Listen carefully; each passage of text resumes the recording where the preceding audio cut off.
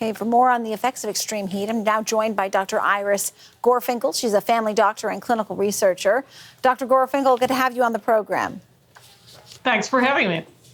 Okay, so parts of the country are going through what's called a heat dome, and it's intense. And if you've ever experienced one, you know that it's not going to get cooler in the nighttime. It's going to be very hot during the day.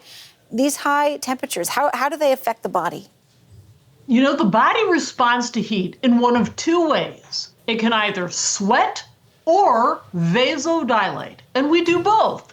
So that's why our veins stand out in the hot weather, because the body is trying to cool the core by shunting more blood out to the extremities.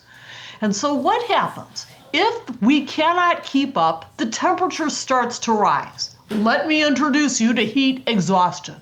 The temperature is rising now, we're sweating, the body is not cooling enough. If you feel the forehead, it may not even feel hot, even though the person has a fever. What is heat exhaustion? That's temperature right up to 39.9. That's the dividing line between heat exhaustion and heat stroke, which is 40 or over. So it's concerning. Yes, for sure. And as you say, you might not even realize that it is happening because the body might not appear to be hot. It may actually feel normal to the touch. So how do you prevent it? Yeah, absolutely. The best way, then that is the best medicine, which is prevention. Hydrate aggressively and early, not with alcohol, because that is a diuretic. It will cause our body to get rid of more salt and more water. We don't want that. We want lots of cool fluids in advance. We want to stay cool by wearing cool clothing, a nice hat to keep the heat away. And another good thing is wrapping cold, wet things around the neck, in the groin, wetting the head, because this is like a big furnace. It lets out a lot of heat. So we have to think about staying ahead of it. That's solid medicine.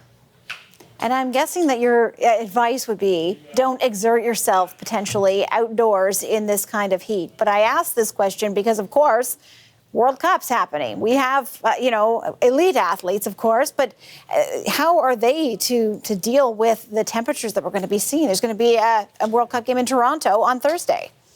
So this is the thing. When elite athletes are trained to deal with heat, and their body are often acclimatized to it. That's not true for all of us. If we're used to cold weather and we go out in hot weather, we're much more susceptible to its harms. So the thing about it is, the biggest things to look out for, muscle cramps, nausea, dizziness. These are signs of heat exhaustion.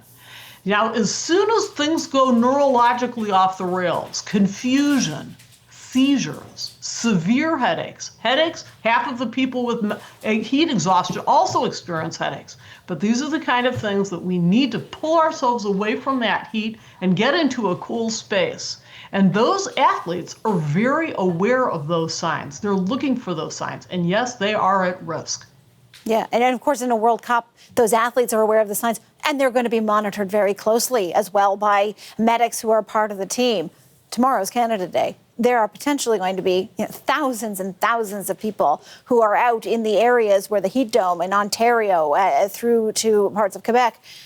What do they need to be doing? Maybe limiting the amount of time they're outdoors, or how would you advise? So limiting the amount of time for sure, but hydrate ahead of time. So understand, avoid those dehydrating beverages, avoid peak hours in the sun, and take frequent breaks if you can. If you can get to a cool place, even cooling down a little bit will make a difference. Wearing loose, lightweight clothing and that broad-rimmed hat, that's going to be helpful. And that thing about box fans is important to understand. If the temperature is really above 95 degrees outside, if it's really warm, if it's approaching 40, that box fan is not going to do very much. So the key is cold compresses, especially around the neck, in the groin. And if somebody is having neurological symptoms like confusion, that's a biggie. Any kind of severe headache, this is how the body communicates to us. That temperature regulation in our brain goes off the rails when the temperature goes above 40. So what's going to happen? We're not going to sweat anymore. It's not that we run out of sweat, it's that the regulation center in the brain is no longer sending that sweat signal. And what can that do to blood pressure? The blood pressure can plummet. So this should be taken seriously. Any of those signs is a reason to call 911. Heat stroke is an emergency. Heat exhaustion can be managed, but as soon as we see any kind of confusion, neurological signs, that's no longer a matter of, oh, just put that person in an air-conditioned room. That person needs to be cooled down pronto, ideally in an ice bath.